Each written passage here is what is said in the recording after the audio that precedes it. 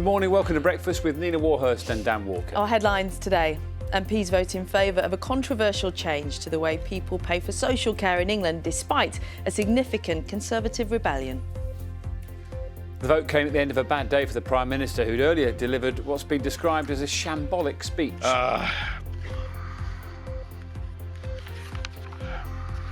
Forgive me. Forgive me. The man accused of driving a car into a Christmas parade in the US state of Wisconsin will appear in court today, charged with murder. 95 miles done, just 6 to go. The finish line is in sight for Kevin Sinfield. And we are live at Headingley this morning, waiting for Kevin to arrive. He is still running. He's looking in good shape. He's just coming into Leeds at the moment. These are the pictures live, but I can tell you this, it is getting harder with every single step. Good morning. Manchester United start life after Solskjaer. Michael Carrick takes charge for tonight's Champions League match, but how long will he be in the job and who will take over from him? Good morning. It's not as cold a start for some of us this morning as it was yesterday. There's more cloud around and some patchy light rain and drizzle in the north and west. But in the south, under clear skies, we've got some frost, some patchy fog, but also some lengthy sunny intervals. I'll have all the details coming up later in the programme.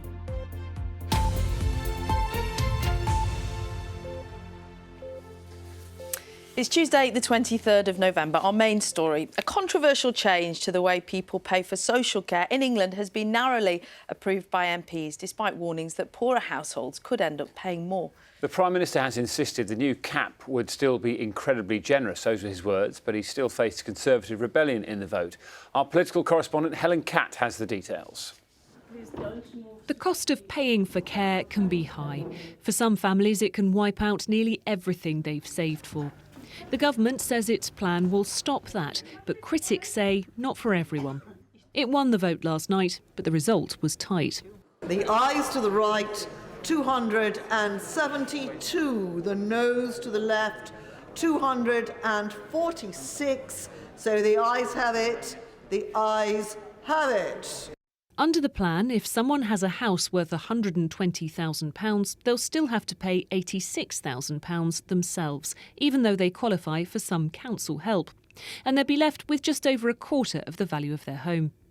If an individual has a house worth £500,000, they'll have to pay £86,000, but will keep over 80% of the value of their house to pass on. Let me remove all doubt on this issue. No one will lose from these reforms compared to the system we have now, and the overwhelming majority will win. Labour argued that the plan didn't live up to the government's promises. Why has the government moved away from the position of just a few months ago that it published ahead of a vote on increasing national insurance and moved to a policy now which disproportionately benefits those with greater assets, which surely cannot be fair?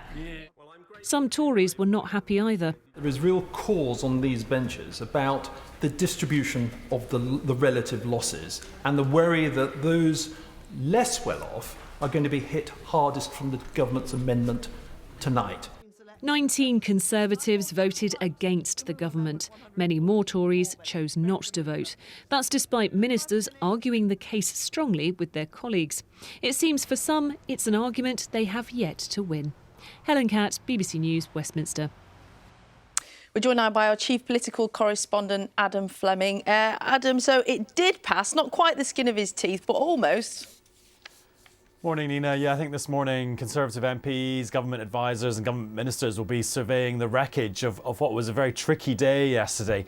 It ended with that vote, yeah, as you said, more than squeaking through, but it was pretty close, and it does give you a sort of preview of how tricky it's going to be getting that reform through and those changes to the social care cap, because there's still several stages for it to go through Parliament before it actually becomes official and comes in the real world.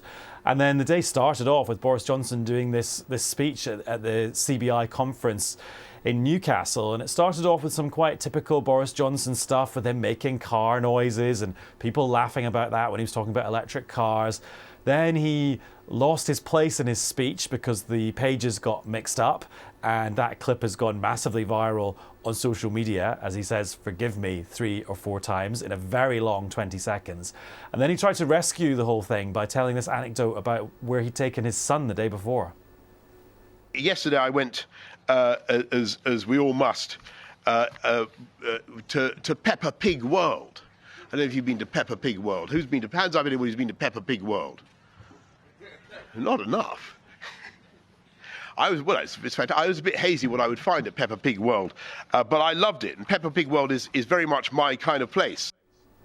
So sometimes the Prime Minister's act goes down very well. For a lot of people yesterday, it was actually a bit of a disappointment. And talking to one former cabinet minister who's been through all this before, he says there's now a quite dangerous combination in the government of the Prime Minister making mistakes, like yesterday, a weak number 10 that doesn't have strong enough advisors there to help him out, and a quite panicky party that is made up of lots of new MPs who've kind of never been through the fire of something like this before. So let's all stay tuned.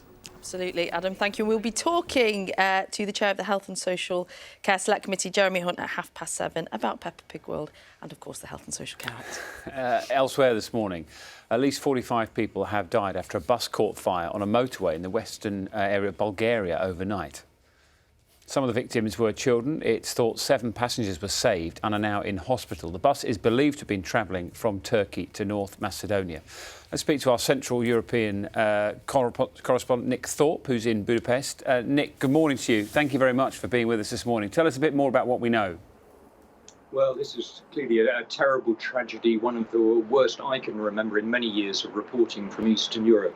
As far as we know at this stage, and this is mostly from Bulgarian emergency officials, at about 2 o'clock in the morning, Bulgarian time, a coach returning from Istanbul on the motorway just west of the Bulgarian capital, Sofia. So cutting across a corner of Bulgaria on its way to North Macedonia, it crashed and caught fire on the motorway.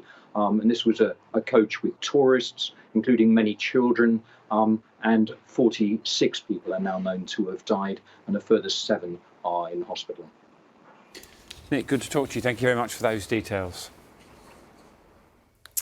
Ministers are to tell councils across the UK that they must take some of the unaccompanied children who've been crossing the English Channel in small boats.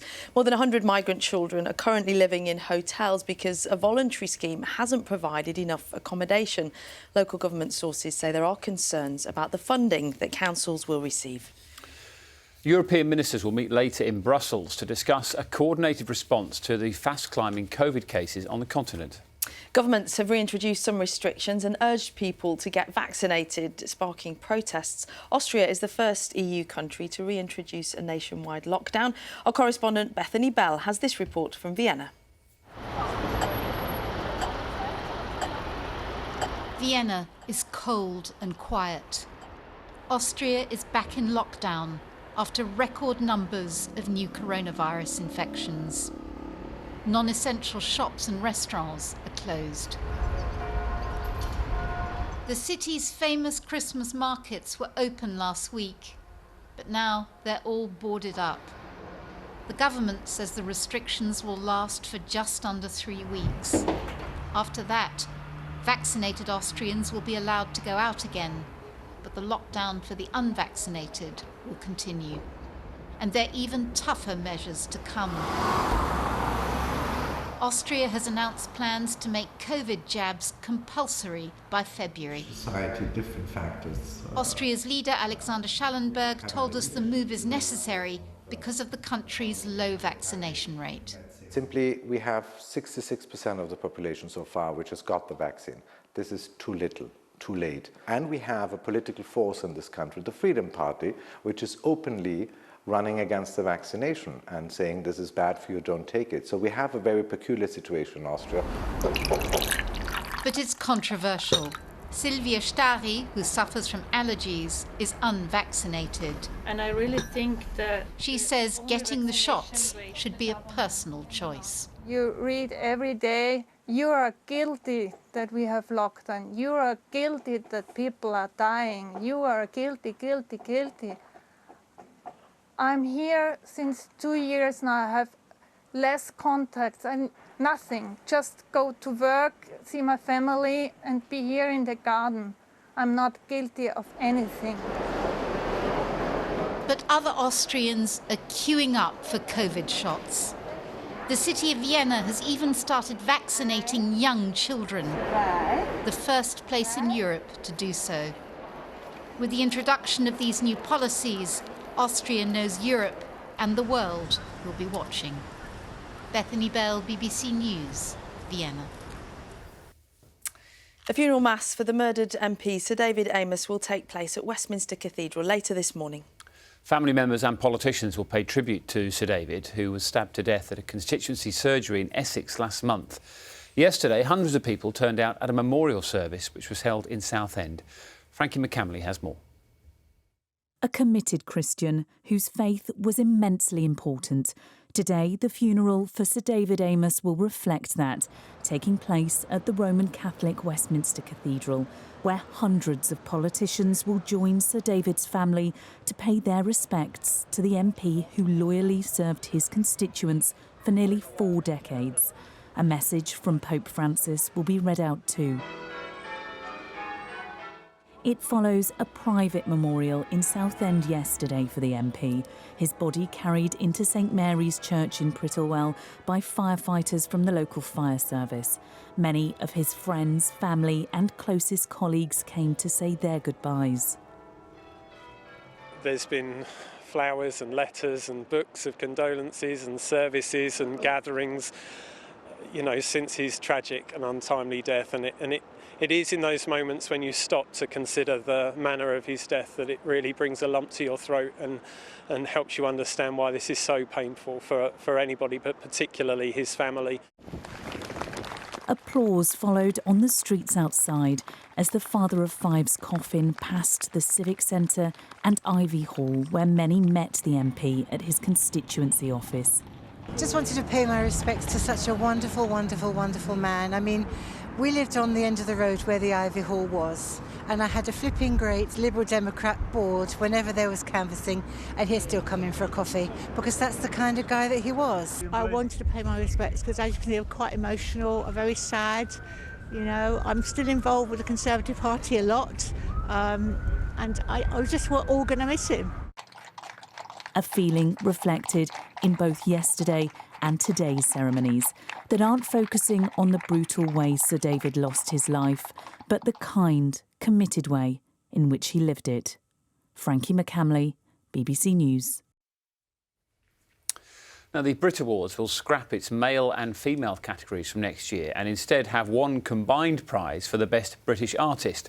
This is after singers like Sam Smith and Will Young had called for the change, saying the current system excludes non-binary artists. Smith, who is non-binary, missed out on a nomination at this year's awards. It is 13 minutes past 6. Now, as you'll know, yesterday we started, what was it, 101 miles in 24 hours. Have we got KevCam? We've got KevCam coming up. There he is. Go on, Kev. Kevin Sinfield. So we think, I'm just looking at the live tracker now. He is just under 6 miles south, about 5 miles south of Leeds, and then there'll be another mile to go as he passes through the city. I think he's had a few difficulties through the night. He's definitely slowed down a bit, hasn't he? I mean, your body's going to be battered through doing all that, but he's doing very well. He's looking steady there, making the progress that he needs to make. He's got a good support team around him. So we're going to pick him up throughout the morning, and we've already seen that Sally is live at Headingley, where it's all due to finish a bit later on.